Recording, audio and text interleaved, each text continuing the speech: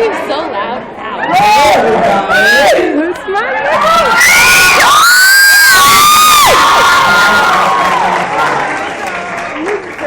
Thank you. How's everybody doing today? How amazing is this conference? How incredible. Give it up for LifeWorks and the Elegant Living Center for putting this together. I think this is the most inspiring thing I've ever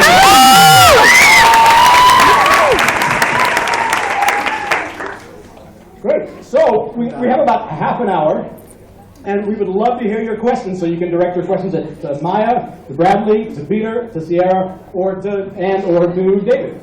Who's got a question for them? Yes. And if you could stand up and yell it out as loud as you can. Or you know what? Here, I can do this. I just want to give this to her. Oh, you got it. Anyway, the TV actors, when I don't know who came up to you, but they told you about the show and they wanted you to audition, and you managed to get the part. What did you think? What was the first thing on your mind when you found out you were going to be on The Fosters? I was in Australia when I got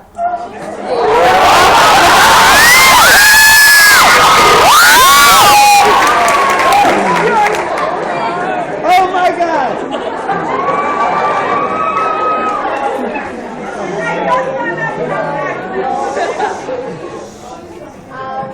She just got really hot all of a sudden.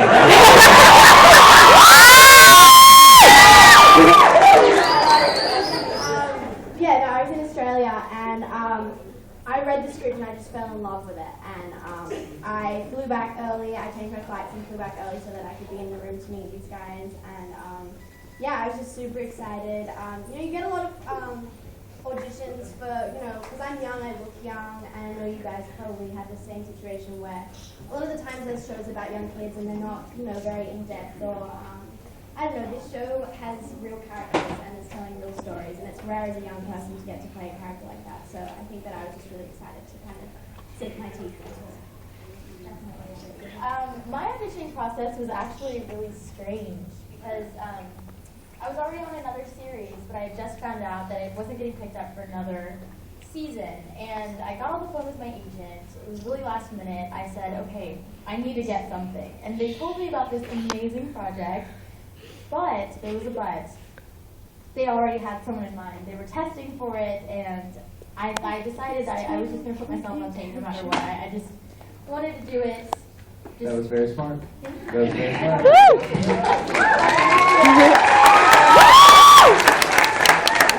And the reason that was very smart is because the moment we saw the tape, we knew she was our girl. And by the way, we had seen how many people for this role? It was the most difficult role to cast, actually. And the moment we saw the tape, she was our girl. So, smart move.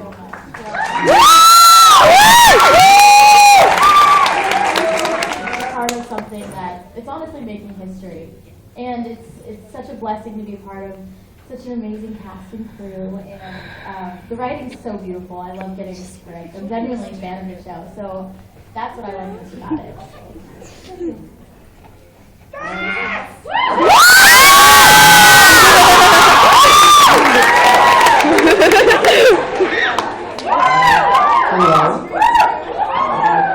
My audition process was really normal too, actually. I just kind of went in and read the role and didn't really think anything of it until these guys kind of took me seriously, and then I was like, oh, okay, I guess I really have a shot at this. But David is the most laid-back person alive.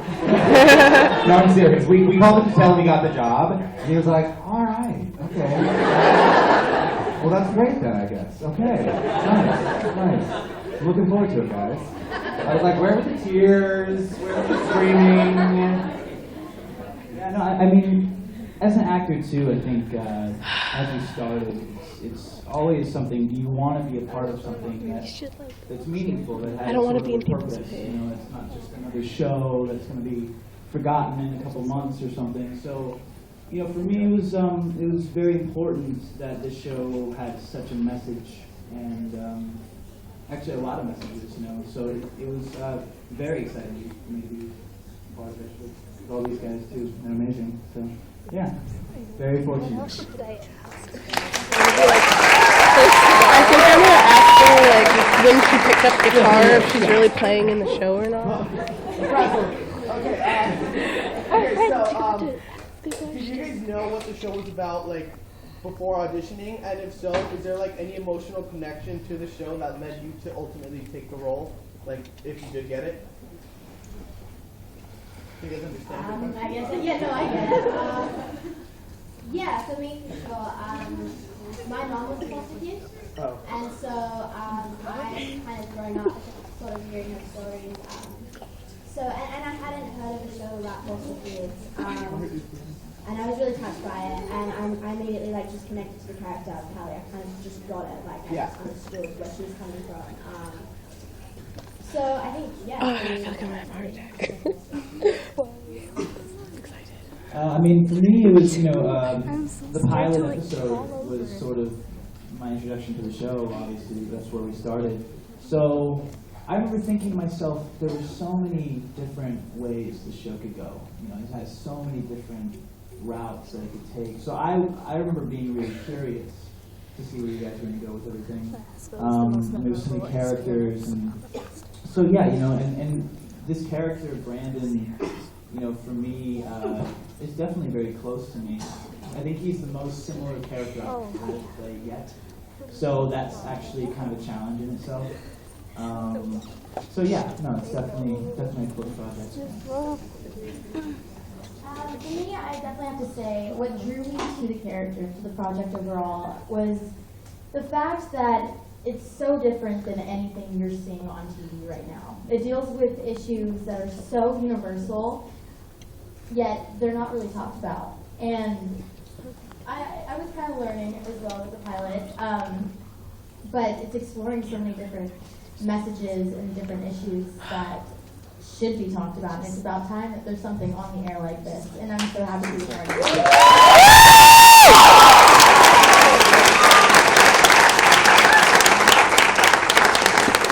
Yes, I'm out the back in the purple. Yeah. Yep, you. Oh, you both have purple. How about you and then you? I have a question for Peter. What was it like from going from, say, Uncle to directing that and then going into the Foster, like a TV show? So how was that? So Say Uncle is the first film that I wrote and directed, which I did just before Brad and I started writing together. And Say Uncle, I was an actor at that time. I had been on I was doing 5 seasons of Queer as Folk. And,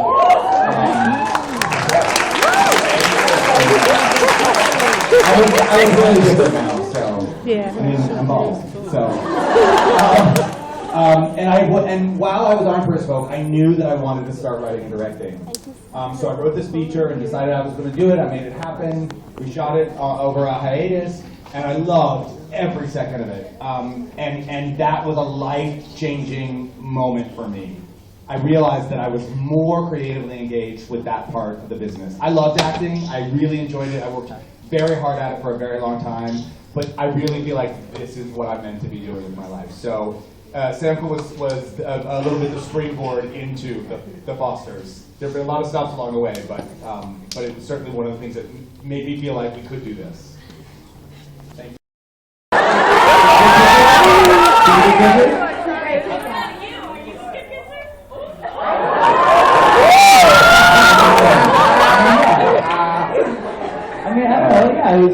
I think we made it as comfortable as humanly possible. Neither of us are like awkward people. No. So just make jokes in between and just got on with it. Like really. I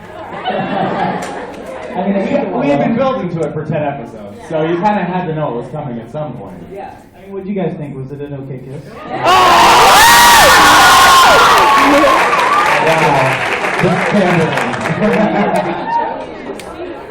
Yes, it would have been.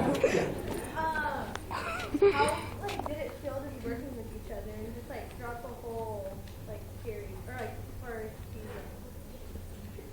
I mean, I think everyone agrees it was this weird thing with the cast because, we all stepped onto this project to be a family, and there was sort of this responsibility to be so tight and really comfortable with each other. And that really naturally happened way faster than I think any of us could predict it. Like, it was this really weird sort of energy on set that it didn't go away. It just happens sometimes. Yeah. I had that experience on Queer as Folk. We all met, and boom, we instantly had this connection, and I saw it with you guys. I saw it the day we sat down at the table, the day you were all in the same room, and knew. I was like, oh, I recognize this. This is that lightning in a bottle thing that's happening, and thank Jesus. Pilots can sometimes be very awkward. I don't know if you remember some series that you've watched before, and the first episode's always a little strange. That didn't happen with Stanley. They really came together and bonded from the moment that they met. So we were sitting back in these chairs, these very chairs, thanking the TV gods that, they all click. Because they really do love each other, and you see it every day. We're very lucky. How about right here in the front? Her and a big hug, and Sherry's very shy and very reserved in real life, especially. It takes a while. She's crazy, but you got to get to know her. And so she's super surprised. You could just see her kind of melt into Terry, and you thought, oh, okay, they've got all the colors that we need. Well, also, you guys didn't shy away from that. I mean, there's an episode where Sherry's mom, who's in the episode of Right to Sam, who's darker complected, right? And she said to her daughter, "Oh, you don't know what it's like to go through life as a black woman." Yeah, so you don't understand what it is to be a black woman in America. Right, right. So they don't shy away from like a lot of them. So, yes, in the hat. Oh. Thank you. First of all, this is for you. I think the most memorable was filming the wedding scene. Because, it was just after everything was perfect. It was like the next day. And I remember We were shooting that wedding the same day that the Prop 8 plaintiffs were getting married. Yeah. The same day.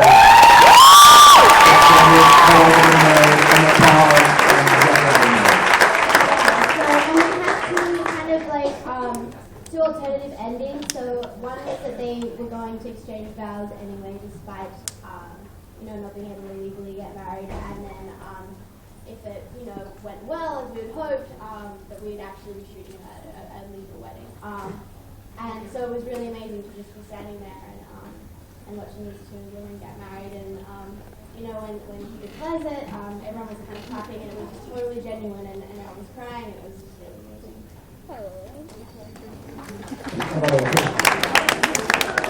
My question is for David. Okay.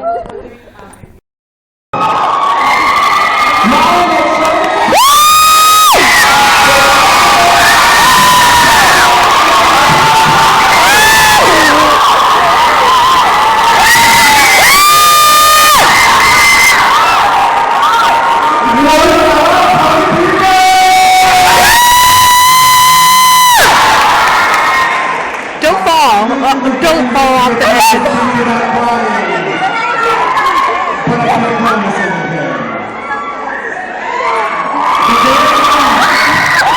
The very fact that all of you are in this room on this day completely rocks my world.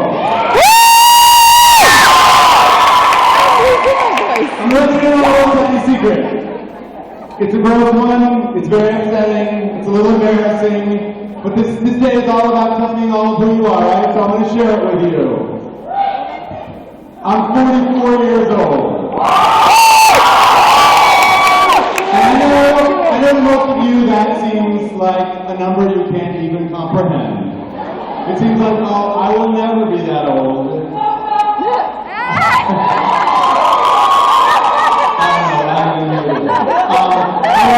But here's the truth.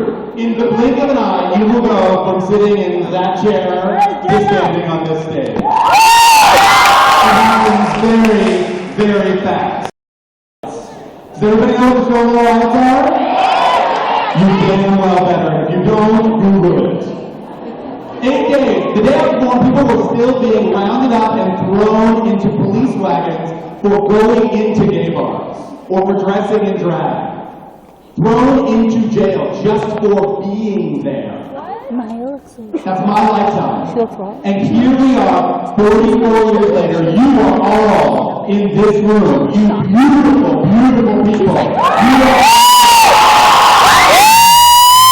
are fighting for marriage equality in all 50 states. When I was running, I wouldn't have dared to dream that I could get married. And the way my dating life is going, it's still looking unlikely. But still, I am here to say, things are changing at a pace never before seen in the history of the world. The LGBT civil rights movement is the fastest civil rights movement in the history of the world. And you are part of it. I want to tell you a very quick story about Billie Jean King. Billie Jean King was a tennis player. She was the Serena Williams of her day. She was the best women's tennis player of her day. And Billie, she was a bisexual woman. Yeah. She was really good at this one thing, playing tennis. But she took that and she used it to change the world. She challenged the men on the men's professional tennis tour and said, I'll play any one of you. And one guy took her up. This guy, Bobby Riggs, he was probably ranked in the hundreds. He said, I'll beat her. I'll beat her. And he was real cocky and real chauvinist pig. He said, I'll beat her. It became this huge, massive televised match, the Battle of the Sexes. And Billie Jean took him down. Now, the reason I tell you that story is because you think she's a tennis player. Like, how is she going to change the world? How could she possibly make a difference? She took what she loved, what she was passionate about. She told the truth, her truth, and she changed the world. And that is what I want to challenge each and every one of you to do today. I want you to think about who you are, what makes you tick, what makes you happier and more excited than anything else in the world. I want you to turn that into your career. I want you to turn it into your passion. I want you to use that to change the world. Because start right here in this room right now. We've come a long way in 44 years. And when one of you who is sitting in this audience tonight is standing on this stage 30 years from now, I want you to remember this moment and this day. I love you all. Oh my God, Thank you so much for being a part of this today.